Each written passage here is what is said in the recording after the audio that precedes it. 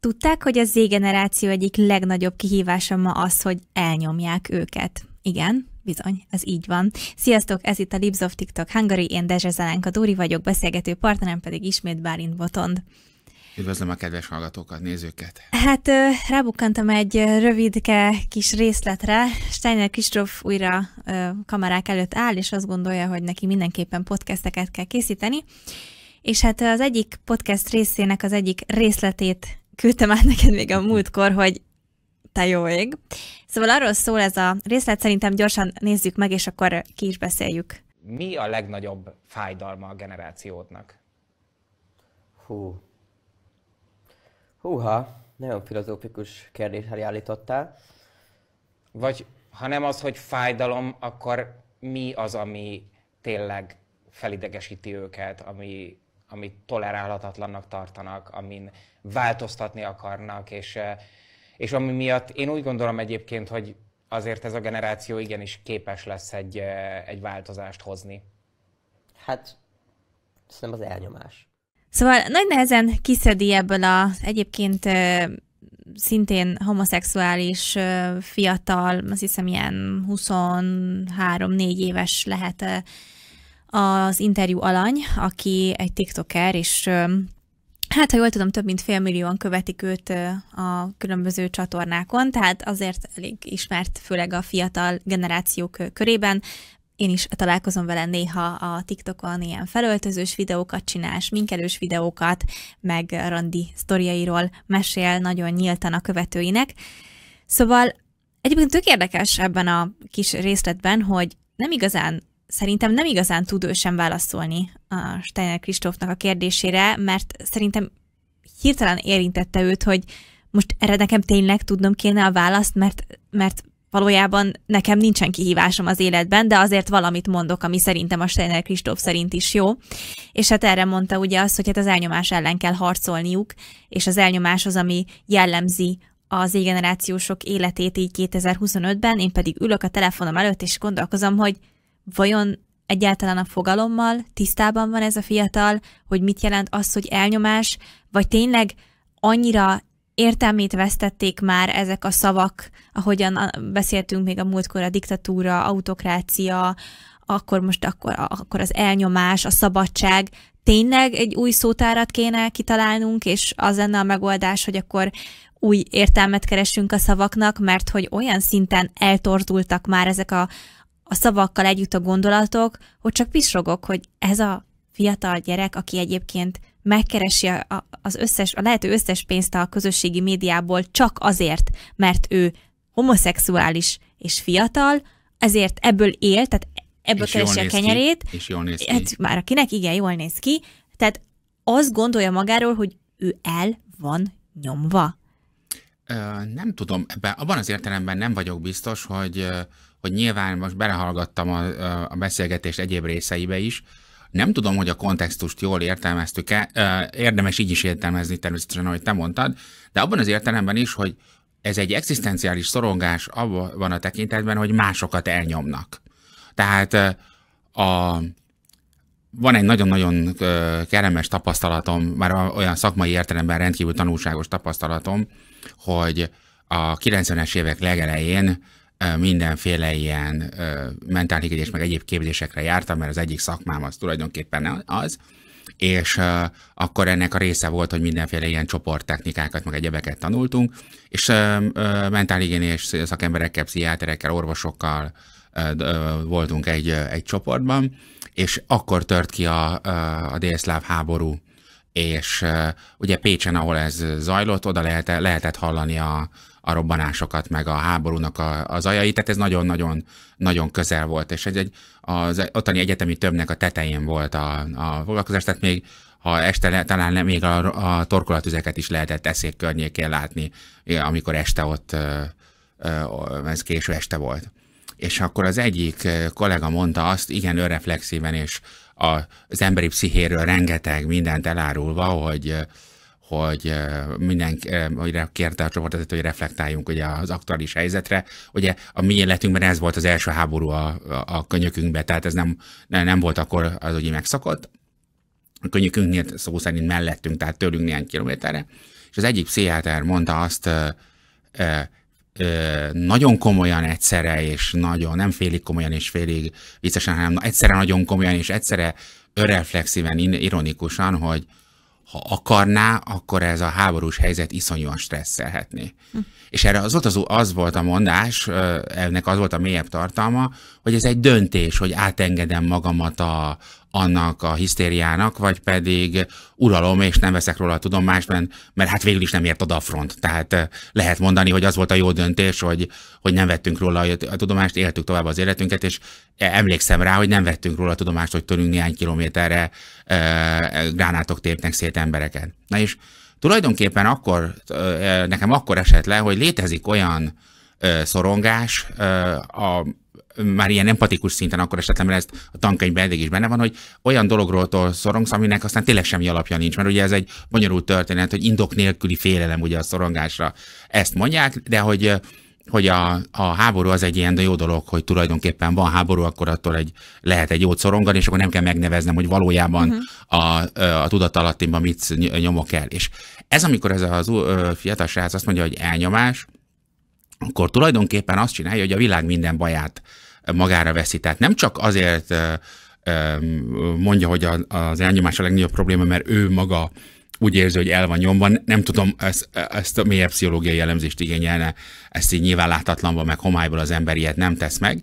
De a másik az, ami viszont a korosztályának egy általános érzése, hogy nem tud azzal együtt érni, hogy ennek a bolygónak a másik sarkába embereket elnyomnak. De most ez tök mindegy, hogy egy emberevő törzs elnyom egy másik emberevő törzset, és csak aki erősebb, az eszi meg a másikat. Ők akkor is tudnak oldalt választani, tehát hogy melyik emberevő törzset, melyik terrorszervezet. A két terrorszervezet háborúzik egymással, akkor a mai fiatal tud terrorszervezetet választani, hogy az a jó, hogyha A robbantja fel B-t, és a B robbantja fel A-t, az csúnya, mocskos emberírtás. Mindenfajta egyéb distinkció nélkül.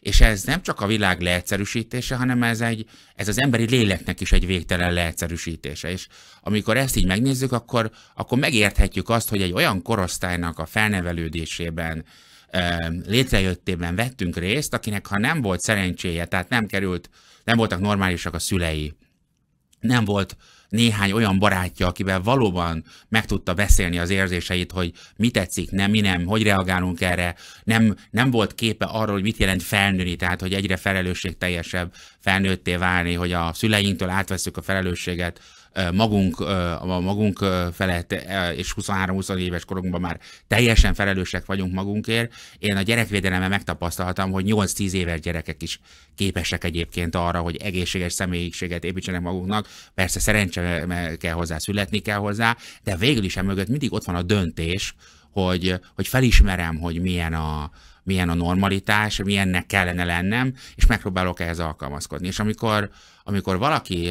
erre az egy fogalomra egyébként ez a mindenfajta progressziónak a kulcsfogalma az elnyomás, hogy te el vagy nyomva.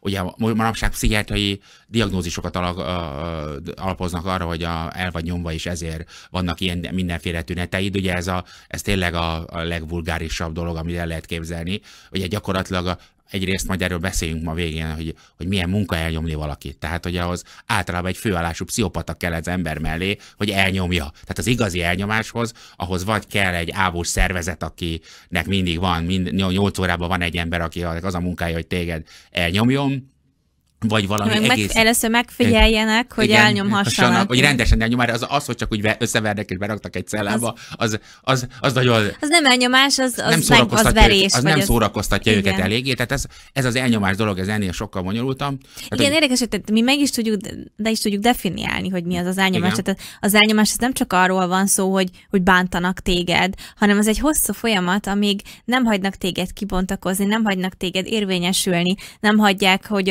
a gondolataid érvényesüljenek. Elveszik a kultúrádat. Elveszik a kultúrádat, tehát az elnyomás az nem az, hogy nem tudom, nem mehetsz ki az utcára Kisfecskébe június 28-án, hanem az, hogy nem lehet egy ilyen podcast, hogy nem lehet, tehát nem juthatsz el arra a gondolatra, hogy te homoszexuális vagy, mert már az első kis olyan szikránál fogják, és akkor, mit tudom én, lobotómiát hajtanak végre. Volt ilyen régen, igen. Igen, a művek nyugaton egyébként, igen, mert Magyarországon soha senkinek nem jutott eszébe. A kommunistákon kívül ezt egyébként a művek nyugaton találták ki. Igen. Csak hadd gratuláljak mindenkinek, hogy kiket követ, mert ugye alapvetően ez az egész sztori onnan jön. A srác az úgy fogalmazza meg az elnyomást, még egyszer mondom, hogy ő abból él, életvitelszerűen abból keresi a nem kevés pénzét, hogy ő nyíltan meleg, sminkel, és elmeséli, hogy más meleg fiúkkal randizik. Hol van itt az elnyomás? De egyszerűen nem... Hogy nem ünneplik eléggé ezért. Hogy nem szeretik ezért. Hogy ezt meg is fogalmazza a podcast egy másik részében, hogy ugye, hogy neki valamiféle teljes elfogadásra van szüksége. És ugye az egészség... csak magától tudja megkapni. Igen, de ugye a teljes elfogadást ő nyilván kívülről várja, és ugye ez, ha van irreális várakozás, akkor ez. Tehát olyan nincs, hogy valaki mindenki szeret. A normális emberek, ugye mitől vagyunk normálisak, hogy beérjük néhány ember szeretetével.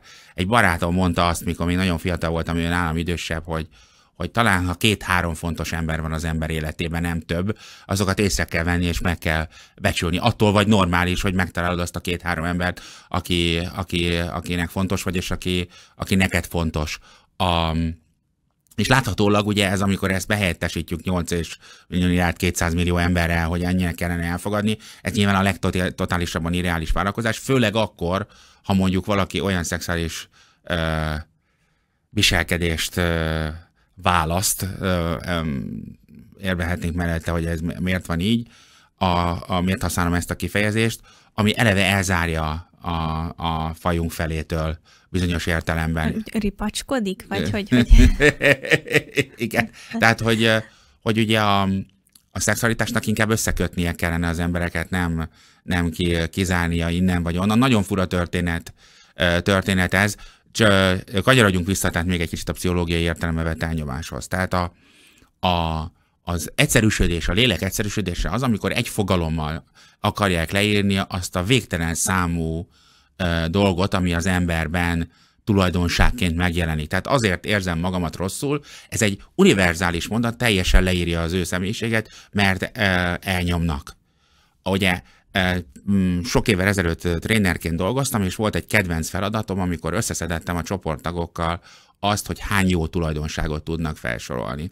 És csak úgy mondom, hogy a 350-et lehet viszonylag nagyobb erőlködés nélkül találni. Vannak ilyen listák a neten, amik ilyen egy szó, vagy tehát egészen döbbenetes mennyiségű jó emberi tulajdonság van.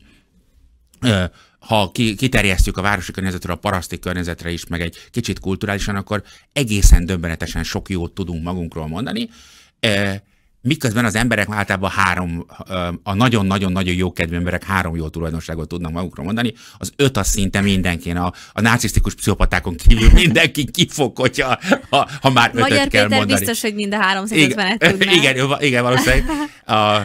Csak az emlékezés korlát, az agykapacitás korlátai szabnának ennek gátat, és a dolognak az a nagyon érdekes része, hogy ugye ebből következőleg valószínűleg ugyanennyi rossz tulajdonság is van. Tulajdonképpen egy egyetemi képzést lehetne erre a 2 dologra csinálni. Én most itt helyből megmondom, hogy 5 évet el vagyok emberekkel azon, hogyha ezeket így végigvesszük egyenként, és pszichológiailag, szociológiailag, kulturálisan elemezzük, megnézzük néhány kultúrában, önmagában erre föl lehetne egy egészen elképesztően széles értékű emberképet, világképet húzni, és az a probléma, hogy ez az elnyomás szóval az összes rossz dolgot helyettesíti, ami az emberben lehet. Tehát minden, ami neki kudarcos, kellemetlen, minden, amit elnyom a tudatába, azt ezzel az egyébként nagyon-nagyon tévesen használt fogalommal, majd térjünk vissza ez az elnyomás dologhoz, hogy milyen hihetetlenül energiaigényes, ezt ki lehet mutatni. Ügyes szociológusok még számolgattak is ilyet, hogy mennyibe kerül. Ugye az NDK volt az egyik ilyen, hogy a GDP mennyi részét kellett erre a megfigyelésre, meg a hatékony elnyomásra elkölteni. Mindenkinek volt munkája. Igen. A munkanélküliség kérdését megoldotta, amit 100 000 ember dolgozott közvetlenül a tudatiparnak ebbe a változatába. És És ugye ez azt eredményezi, hogy ezek az emberek nem tudnak cizelláltan gondolni magukra. Tehát nem csak a jó dolgokat nem tudják elgondolni magukról, mert ugye a magyar átlagembernek az egyik legnagyobb baja, hogy nincs tisztában a jó tulajdonságaival, a benne lévő jóval, viszont cserébe elég cizelláltan tud mások, de egyébként megdöbbentő módon a legnormálisabb emberek a bennük lévő rossz tulajdonságokról is nagyon sokkal szélesebb skálával rendelkeznek. Ez egy nem túl jó kulturális sajátság. Amin változtatni kellene. Hát egyelőre most a túléléssel foglalkozunk, de ha egyszer jobb idők jönnek, majd foglalkozunk ezzel is. De az kell az önleírásunkhoz, hogy tudjuk, hogy egy kicsit lusták vagyunk, hogy hajlamosak vagyunk hárítani, hogy lehetnénk kedvesebbek. Iszonyú sok dolgot kell tudni magunkról ahhoz, hogy esélyünk legyen jobbá válni. És amikor valaki az összes rossz érzését, az önleírásának a teljességét emögé be tudja passzírozni, és ugye nyilván ő is cizelláltabb személyiség ennél, csak ugye ez egy rendkívül jó menekülés, ugye ezt ki lehet mindent projektálni, de nem kell magadról gondolkozni, vagy csak nagyon töredezetten kell magadról gondolkozni. Végül is a dolog ott van, hogy valaki másra hibás. Ugye megérne egy mélyebb beszélgetés azt, hogy az ő esetében mi az a családi háttér, ami ide vezet, de hogy... Nyilatkozik róla. Tehát elmondja, de most nem menjünk bele, mert azért ez messzevezető történet, de teljesen világosan látszik, hogy még annak ellenére, hogy van saját képe a saját személyiség fejlődéséről, azt meg tudja tenni ezzel az őrülettel, hogy az energiát, amit a saját maga felépítésére, visszaépítésére kellene fordítani, azt erre a világfájdalomra. Olyan szép, ez egy annyira a német kifejezést akartam hirtelen mondani, de nem merészel. Igen. Valami nagyon csúnya káromkodásnak hangzik. Igen. Tehát, hogy ez a világfájdalom egy zseniális szó, hogy ez időről időre felüti a fejét egy társadalmakban, amikor valami miatt az emberek úgy belehajszolják magukat a rossz érzésbe, és itt van egy nagyon fontos része ennek a történetnek, nekem ez most kezd leesni, hogy ez mennyire tömeges jelenség, és mennyire gyakori, hogy az emberek energiát képesek abba, az jobb sorsra érdemes teljes életenergiájukat képesek abba belefektetni, hogy rosszul érezzék magukat. Tehát gyakorlatilag van, aki tehát foglalkozásszerűen alkoholista, van, aki foglalkozásszerűen drogos, és megjelent az a kategória egyre brutálisabban, hogy valaki lehet, hogy igen, rossz kedvű, de az elnyomott is teljesen jó, ezek párhuzamos fogalmak ebben az esetben, tehát tök jó, mind a kettő teljesen jó, hogy nem az a fő baja már, hogy drogos, hanem hogy rossz kedvű. Vágyvezérelt elnyomás. Igen, tehát és ugye hiszen ha nem lenne elnyomás, ugye akkor rögtön azzal kéne szembesülni, akkor viszont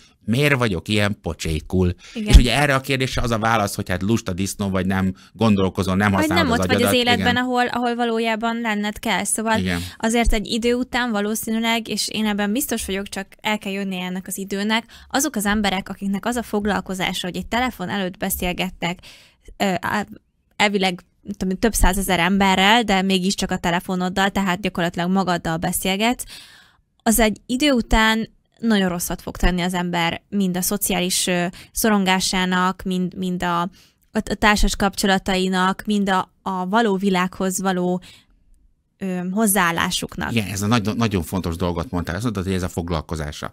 De az a probléma, hogy ez nem foglalkozás, és a foglalkozás, ha van valódi foglalkozásod, az valami nagyon más, mint amit te vagy. Tehát ha én még vagyok villanyszerelő emellett, akkor az egy külön professzió. Meg kell tanulnom viselkedési formákat, kell hozzá egy identitást állítanom, hogy képes vagyok villanyszerelni, nem csap agyon az áram, ismerem a szavka alapvető szabályait, fogásait, tudok értelmezni egy tervrajzot, meg tudok tervezni egy adott szintű... Nincsen szerintem jobb érzés a világon annál, hogyha valamihez értesz. Így van, és az ilyenkben duplikálja a személyiséget. Igen. Pont az a problémájuk, hogy ők csak egyetlen egy dimenzióval rendelkeznek, saját magukkal, és azt így bele tudják shiftolni a televízióba, bár az lenne, a tévé is egy szörnyű dolog, de ennyivel jobb. Igen, de a tévé azért komplexebb, tehát ott azért együtt kell működni, ha műsorvezető vagy, akkor a szerkesztővel, a szerkesztőnek a vezérlővel, a mindenkivel, tehát hogy azért ez meg egy komplex dolog. Meg a tévé egy másfajta képernyő, ez külön megérne egy érdekezést, hogy miben más. De a telefon az nem, tehát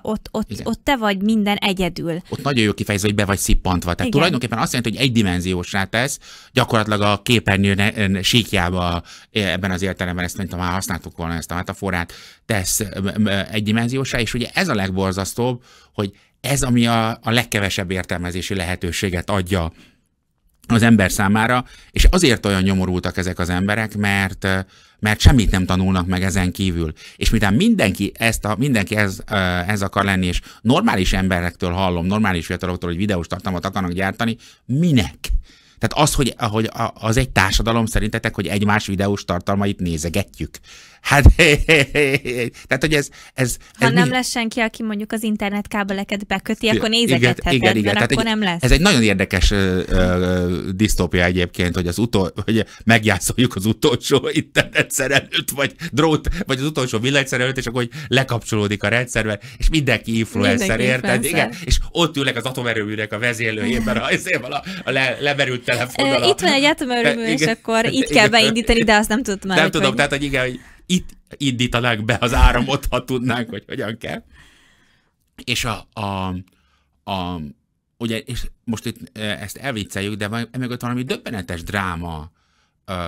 dráma lapul, hogy ugye én falusi környezetből jöttem, és ilyen félfalusi világban létezem, hogy ennyire rosszkedvű embereket abban a világban, főleg a 70-es, 80-as, 90-es években, amikor még ez azért nemzetéki szinten is összelógott még a valósággal, a háború előtti világ paraszti valóságával, annak minden bajával együtt egyébként, hogy az élet örömtelenségnek, az élet öröm hiányának ez a döbbenetes ereje nem volt meg, föl sem merült. Tehát én nem tudtam, hogy lehet. Tehát úgy le lehet gyerekeskedni egy paraszti világban, hogy szembesültél volna azzal, hogy néhány alkoholkeszem meg néhány őrültön kívül bárki lehet annyira depressziós, a depressziós szót nem ismertük, tehát annyira morózus, vagy mogorva, vagy magába forduló, vagy magának való, vagy a többi ember számára lényegtelen, mint itt, ami a városi létben ugye nagyon sok ember számára általánosan az alaphelyzet. És úgy ezt hívják ők elnyomásnak. Még egy picit még arra részre így térjünk ki, hogy beszéltünk itt a személyiségről, meg arról, hogy az ember több, mint ami, és hogy ők azért nem érzik a valóságot, hogy azért érzékelik máshogy a valóságot, meg az én képüket, és ezáltal az elnyomást is, mert ott van például ez az LMBTQ dolog. Az LMBTQ propaganda az nem azt ünnepli, hogy te milyen ember vagy, hanem azt ünnepli, hogy te homoszexuális vagy. Ennyi. Semmi mást. Nem azt ünnepli, hogy te tehetséges ember vagy te jól nézel ki, vagy te okos vagy mit tudom én, jó villanyszerelő vagy, hanem mindenkit leegyszerűsíted olyan szintre, hogy valaki homoszexuális, vagy nem homoszexuális. Ez a kettő van. Rosszabb, mert azt ünnepli, hogy nem vagy heteroszexuális. Hogy nem vagy heteroszexuális, igen. Tehát heteroszexuális, vagy nem vagy heteroszexuális. És ezek az emberek, akik ebben szocializálódnak, ebben az LMBTQ propaganda által átitatott ilyen virtuális világban, egyáltalán nem csodálkozom azon, hogy fogalmuk sincs arról, hogy ők kik, hol vannak, hova tartanak, és mire kéne nekik gondolniuk, vagy hogy egyáltalán, hogy mi a világ. Tehát annyira olyan szinten elvették tőlük, ugye az a szöveg, hogy ez az identitás, de közben azt nem veszik észre, hogy maga az LMBTQ propaganda az, ami elveszi tőlük az identitásukat, az önképüket, a saját valóságukat. Az egyediségüket, az, hogy ők valakik, egyedi valakik, akik saját maguk megdolgoztak azért, hogy ilyen egyedi valakik legyenek. Csomó ilyet hallok egyébként, szintén ilyen influencerek, mostanság elég népszerű, hogy podcastekben beszélgetnek, és akkor elmondják meleg influencerek, hogy hát, hogy volt az, hogy coming out-oltam, és akkor utána így nem tudtam, hogy most akkor így mi van. És szinte mindegyik elmondja, hogy jó, túl voltam a coming out-on, amitől féltem, és amikor kiderült, hogy amúgy nem köveznek meg érte, nem köpnek le az utcán, nem ölnek meg semmi, hanem senkit nem érdekel, egyedül néha anyának vagy apának rossz, aztán ők is elfogadják, mert a gyerekük, és rájönnek, hogy hát valamit nem csináltunk olyan jól, mindegy, zárójelbe zárva. És akkor utána így nem tudják, hogy akkor most mi van? Hogy akkor most merre tovább, vagy mit kéne csinálni. És ez nagyon jól reprezentálja azt, hogy ennek valójában semmi értelme.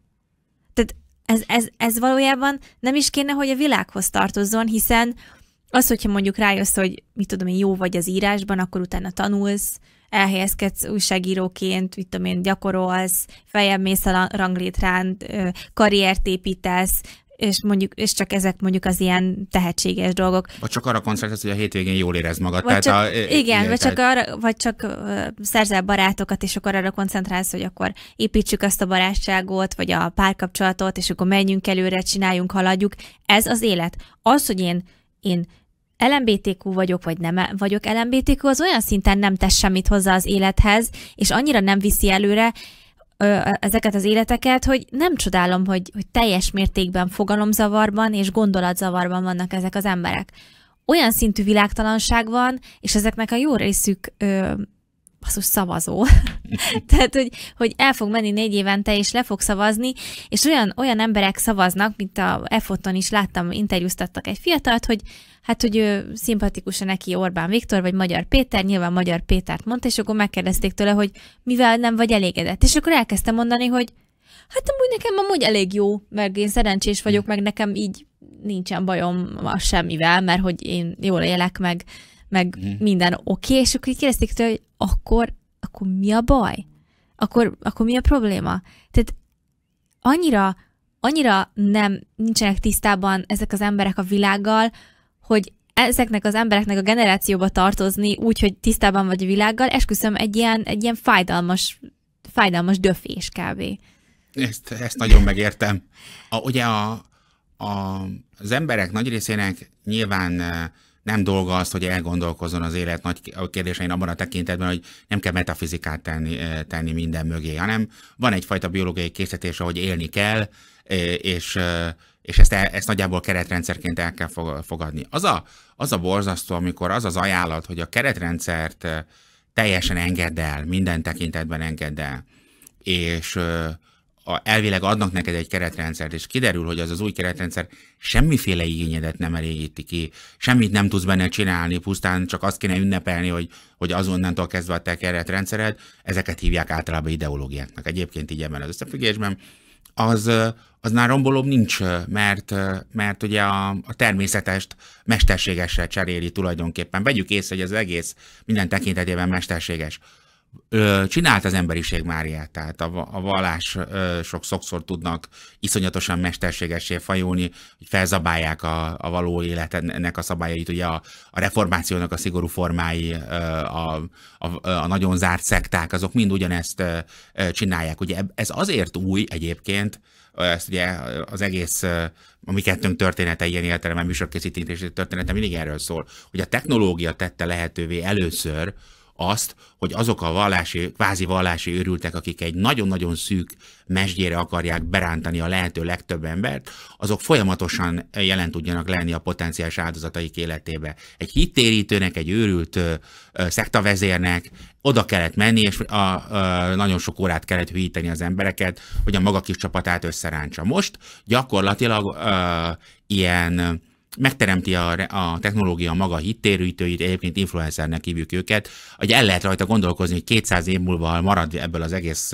miskulanciából valami, akkor és a videós, meg tehát a mozgóképi tartalmakat valahogy elő lehet bányászni a régi gépekből, és megnézik őket, akkor az influencereket valamiféle vallási vezetőnek fogják tételezni, akik ilyen iránymutatásokat adnak, és vért fognak izzadni az akkori kor antropológusai, hogy az ilyen make-upos influencereknél a színválasztások mögött milyen metaforákat. És hogy ezt miért nézték? Igen, miért nézték, és az a legszebb, hogy mi van akkor, ha nincs mögöttes tartalom. Tehát ugye ez minden ilyen kultúratudománynak a legkellemetlenebb kérdése, hogy mi van akkor, ha az egy olyan kultúra, hogy nincs mögöttes tartalom. És szerintem az az újdonság, hogy mit csináltunk először, tehát legyünk büszkék rá, az európai emberiség csinálta az 1980-as évek után a kereskedelmi televíziózás totális elburjázásával, majd az internettel egy olyan civilizációt, ahol sok millió ember néz olyan valamiket, a mozgóképeket a valamiféle képernyőn, aminek semmiféle mögöttes tartalma nincsen. Gondoljuk meg, hogy ez mekkora truváj. Tehát ezt semmilyen diktatúra, semmilyen elnyomást nem tudta volna megcsinálni. Tehát lett volna valamiféle zavar mindenki, vagy ezt kényszerítenek rá, hogy nézem ezt a hülyeséget, csak biztos nem jót akarnak nekem. És itt most ezek mindenki elhiszi gyakorlatilag ezek a korosztályokban egész elképesztő többségben, tehát a 40-50-60% a fiataloknak elhiszi, hogy ez valamiféle olyan dolog, ami a számára lényeges. És ad ezeknek az influencereknek a mintha szavára. Lenne tartalom. Igen, mintha lenne tartalom. Igen, és elhiszi azt, hogy ez a fiatal ember, ez tényleg elnyomásnak éli meg az ő életét, és akkor az a, 12 éves kisfiú vagy kislány, aki megnézi ezt, az is el fog gondolkozni rajta, hogy akkor én is el vagyok nyomva valószínűleg, és ez rettenetesen félelmetes, és egyszerűen nem tudok napirendre jutni ezzel az egész világgal, meg azzal a sok butasággal, ami a közösségi médiában tényleg mindenféle gondolat és mindenféle történet nélkül zajlik, csak az üres olyan szavaknak a púfogtatása, amiknek nem ismerik a valós jelentését, és az elképesztően félelmetes. És mindig ide juthatunk ki, ha csak egy pár cikket legalább objektíven elolvasnának. Vagy megnézzék, hogy mi folyik mondjuk Ukrajnában jelenleg 2025. júliusában is, akkor pontosan tudnák, hogy mit is jelent az elnyomás, hogyha nem akarsz a frontra menni, mert mondjuk nem kötelező neked, akkor agyonvernek, aztán majd meghalsz, amikor meghalsz. Ez inkább minősül elnyomásnak, mint az, hogy nem szeret a világon minden ember téged. Viszont Ukrajna menő. Ja. Hát nem tudom. Profilképek alapján. Nem tudok pozitív befejezést ennek a műsornak ezzel a hétre. Elképesztően szomorú vagyok amúgy, és tök rossz ezt látni, hogy ilyen a generáció, de hát reméljük, hogy azért minket is hallgat valaki, és szerintem azért mögöttünk van tartalom, vagy valami. Reménykedjünk. Akkor folyéken is befejezem valami pozitívan. Legalább mi tudunk reménykedni. Igen. Hát köszönöm szépen ismét a beszélgetést, nektek pedig a figyelmet. Sziasztok!